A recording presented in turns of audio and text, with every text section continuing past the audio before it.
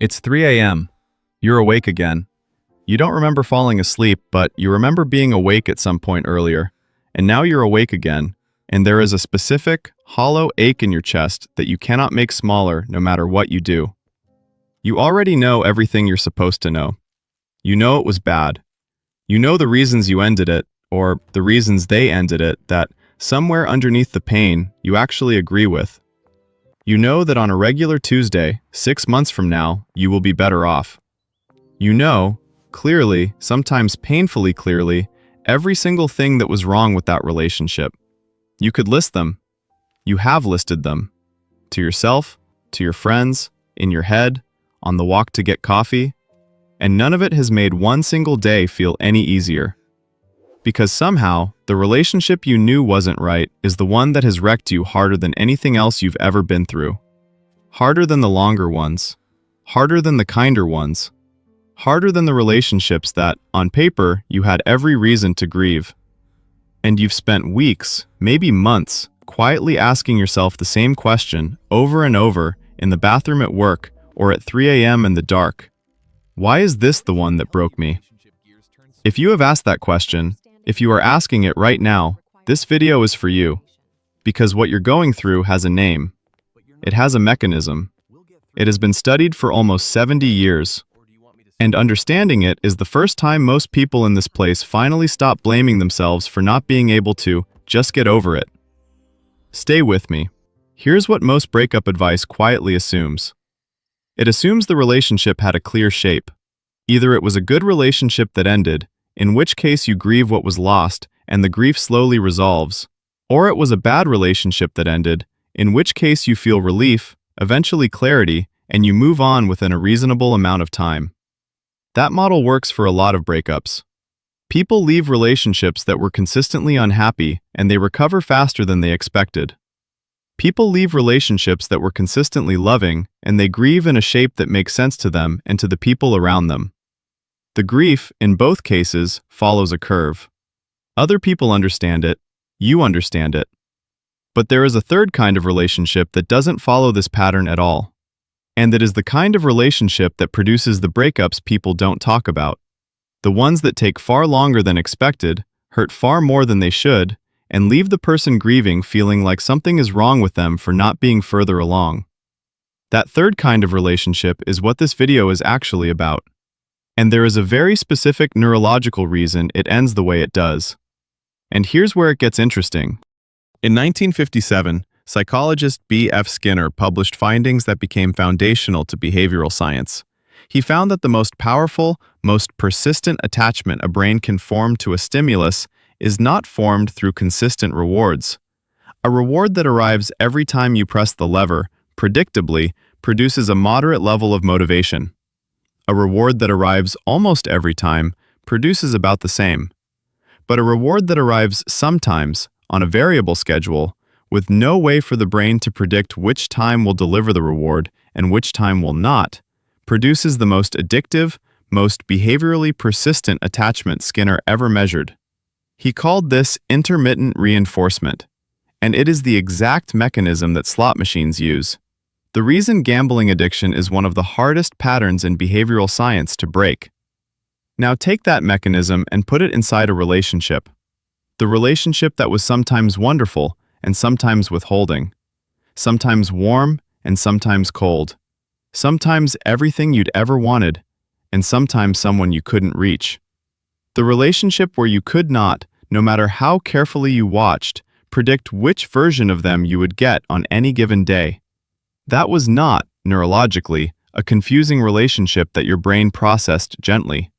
That was, neurologically, a behavioral conditioning chamber. A variable reward schedule running inside the most attachment-sensitive part of you. Your nervous system did exactly what nervous systems do under those conditions. It formed an attachment that was, biologically, much closer to an addiction than to an ordinary bond. And when an addiction ends, the brain does not process the loss through grief alone. It processes it through withdrawal. Which is why the pain you are in right now is so disproportionate to the relationship's actual quality. You are not just grieving a person. You are going through neurological withdrawal from a pattern that your brain became dependent on. The intensity of what you are feeling is not measuring how good the relationship was. It is measuring how deeply the conditioning ran. And those are two completely different things. Here's something wild. In 2010, biological anthropologist Helen Fisher and her research team ran fMRI scans on people who had recently been rejected in relationships they cared deeply about. When the participants looked at photographs of the person who had left them, two specific brain regions lit up. The first was the insular cortex, the region that processes physical pain. The brain was registering the loss not just as an emotion, but as an actual injury. The second was the nucleus accumbens, the region central to addiction and substance withdrawal, the same area that activates during cocaine cravings. Fisher found that the intensity of activation did not correlate with the length of the relationship. It correlated with the depth of the attachment. And earlier research by Dutton and Painter, published in 1993, had already established that inconsistent emotional patterns, exactly what we just described, produce significantly stronger attachments than consistent ones, whether the consistency is good or bad. The takeaway from all of this research is the same. The breakup you are surviving right now is not just heartbreak. It is, neurologically, both a physical injury and a substance withdrawal occurring in the same nervous system at the same time. There is a reason it is harder than people are telling you it should be. Here's what nobody tells you while you are inside this. You are not weak. You are not pathetic. You are not someone who cannot get over a relationship that, on paper, you should have already moved past. You are a person whose nervous system formed a very specific kind of attachment, one that, by every measurable neurological marker, behaves more like a dependency than like a typical bond. And what you are going through right now is not just grief. It is withdrawal from a pattern that your brain became conditioned to need. That is why nothing is helping the way you expected it to help. That is why the rational understanding, the part of you that knows clearly that you are better off, does almost nothing to soften the feeling in your chest at 3 a.m. The pain you are in is not disproportionate.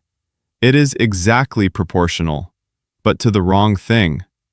It is not proportional to how good the relationship was. It is proportional to how deeply the conditioning ran, and those are not the same measurement. You are not stuck because the love was extraordinary. You are stuck because the chemistry was. And those are different things. Knowing that doesn't make the pain smaller, but it can finally stop the second pain, the pain of thinking that something is wrong with you for not being further along. Beat 6. Philosophical close, 60s to 70s. Here is the thing that makes this kind of breakup uniquely cruel.